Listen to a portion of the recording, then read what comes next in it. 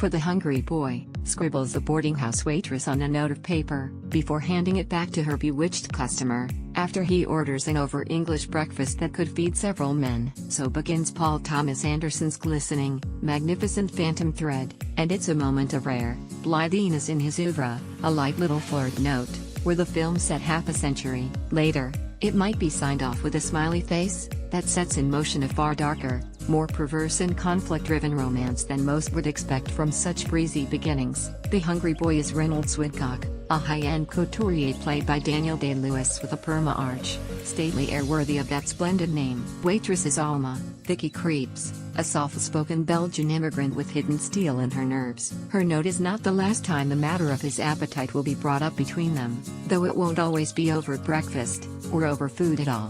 Throughout Phantom Thread, at the basis metaphorical level, man hungers and woman feeds, where the power lies in this dynamic is often hard to determine, though it's hard to describe how it shifts without giving away the film's exquisitely twisted secrets. Ravenous, even destructively toxic masculinity is hardly a new theme in Anderson's oeuvre. Magnolia tackled it head-on via Tom Cruise's performance as male empowerment motivational speaker Frank T.J. Nacky, a misogynist with a brittle alpha veneer and braying mantra of respect the cock. Ruby Blood's ruthless, loveless soil prospector Daniel Plainview craved possession of land and human souls in roughly equal measure. The master gave us two spiritually poisoned men, each shaped and gnarled by dysfunctional relations with women, whose power struggle built into a crippled romance of egos. Phantom Thread isn't as outwardly harsh as any of these films, ultimately a romantic comedy of a particularly perverse persuasion. It glides and whispers, folding its most disturbing psychological ideas into a strangely tender spirit of seduction. Anderson tracks the courtship of Reynolds and Alma as a delicate,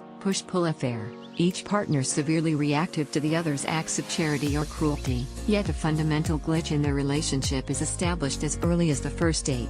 In one of the film's most startling, grotesquely comic jabs, Reynolds takes Alma back to his place and has her undress, not, to both her and the audience's bemusement, to make love to her, but to clinically take her measurements for a gown, with the sudden, business-like assistance of his Mrs. Danvers-like sister Cyril, Leslie Manville. Reynolds wants a model and a muse before he wants a lover, he just can't quite parse the difference. As such, the first half of Phantom Thread appears to pass along familiar lines, another story of a tortured male creative genius. Yes, his gowns truly are gasp-worthy, taking out his art-fueled frustrations and insecurities on a blameless female victim. It's impeccably drawn, styled and performed.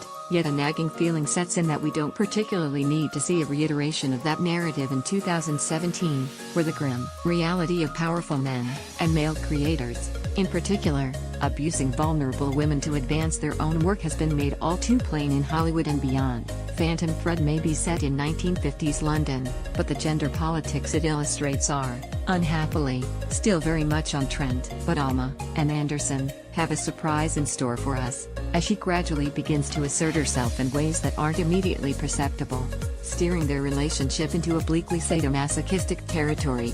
Hunger is sated in ways that could as well be pulled from Mrs. Beeton's 50 Shades of Grey. It's neither a story of subjugation nor one of empowerment, as the lovers figure out ways to play their weaknesses against each other. All traditional notions of one-way control are out the window. Phantom Thread might not play very well with the insert text, feminist school of cultural analyst, though it does present an unorthodox system of balancing the scales. Anderson's film would be ideally placed on a double bill with Darren Aronofsky's recent, aggressively divisive and rather differently mesmerizing Mother, a far more chaotic study of a young woman put through the psychological ringer by the male creative ego. The two films are equally pointed in their characterization of toxic men who cyclically consume women to feed and appease their internal insecurities. Both even offer early glimpses of the outgoing muses about to be replaced. But if Aronofsky's film is unambiguously pessimistic about the ill-fated outcome of such partnerships, Phantom Thread subtly opens up possibilities for taming the beast. In a fractious political year that has seen many a film, from Get Out to Three Billboards Outside Ebbing, Missouri take on intensified topicality, Anderson's guarded, gilded object has somehow been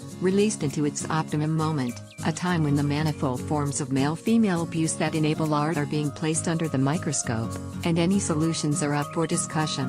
Phantom Thread is out now in the US and in the UK on 2nd of February.